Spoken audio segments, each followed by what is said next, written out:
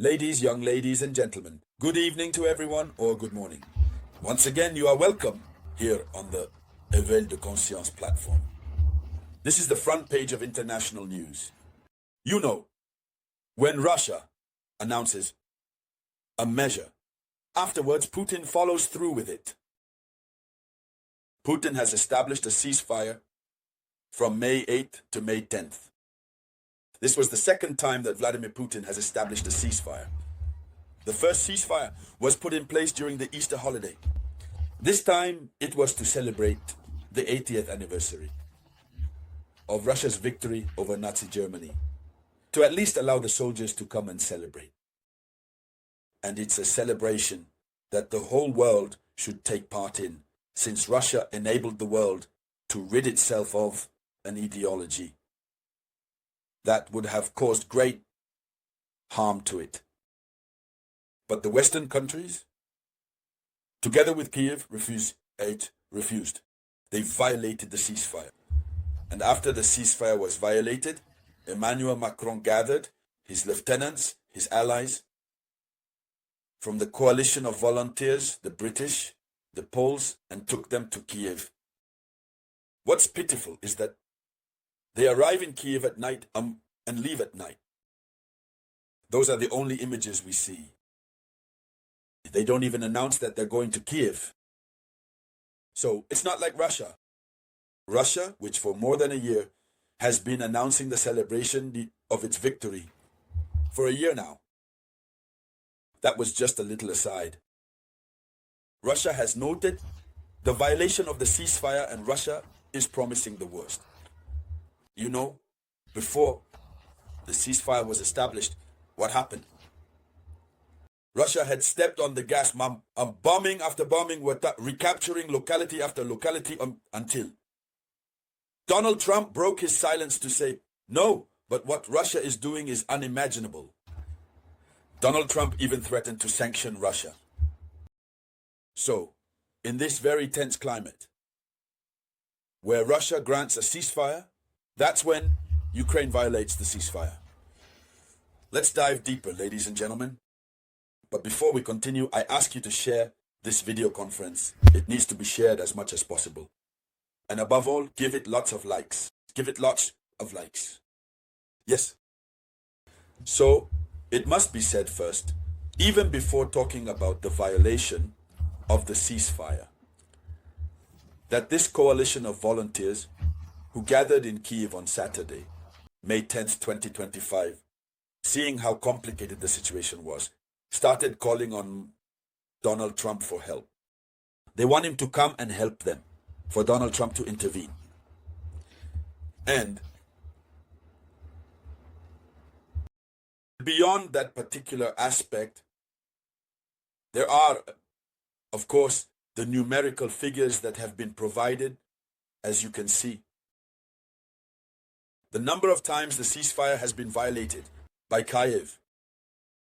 And beyond these figures, which we will look at right away, we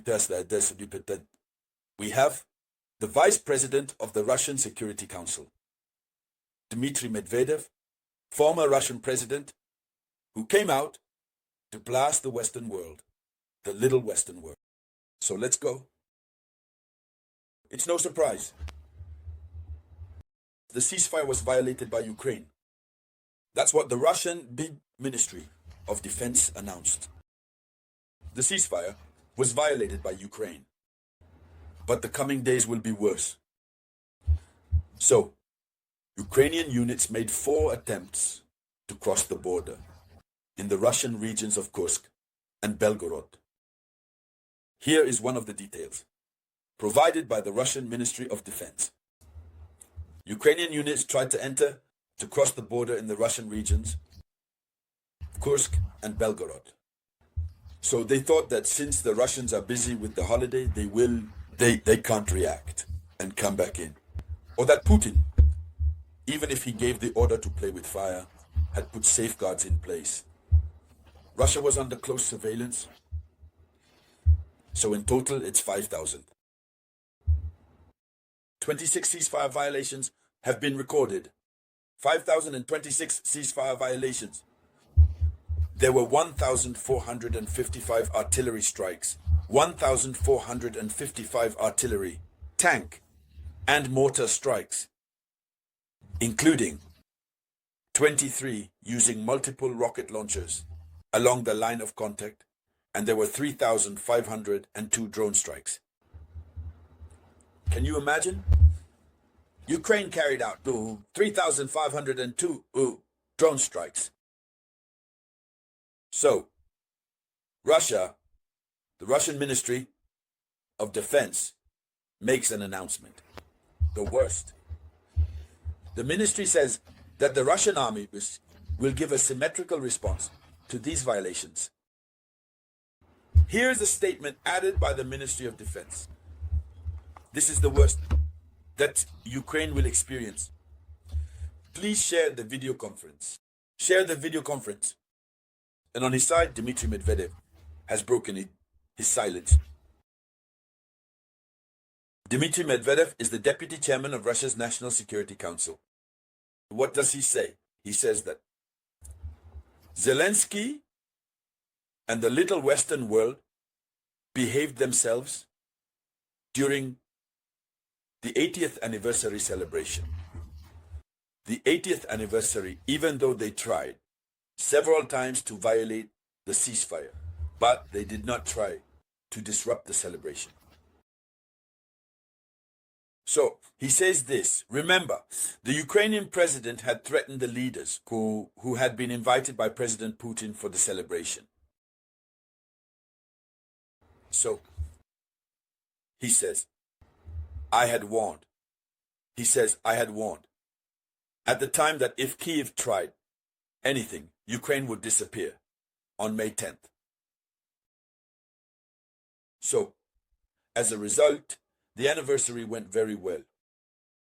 He says, but those who are currently violating the ceasefire 5,026 times, Ukraine will not disappear. But if Ukraine does not disappear, it will look like something unforgettable.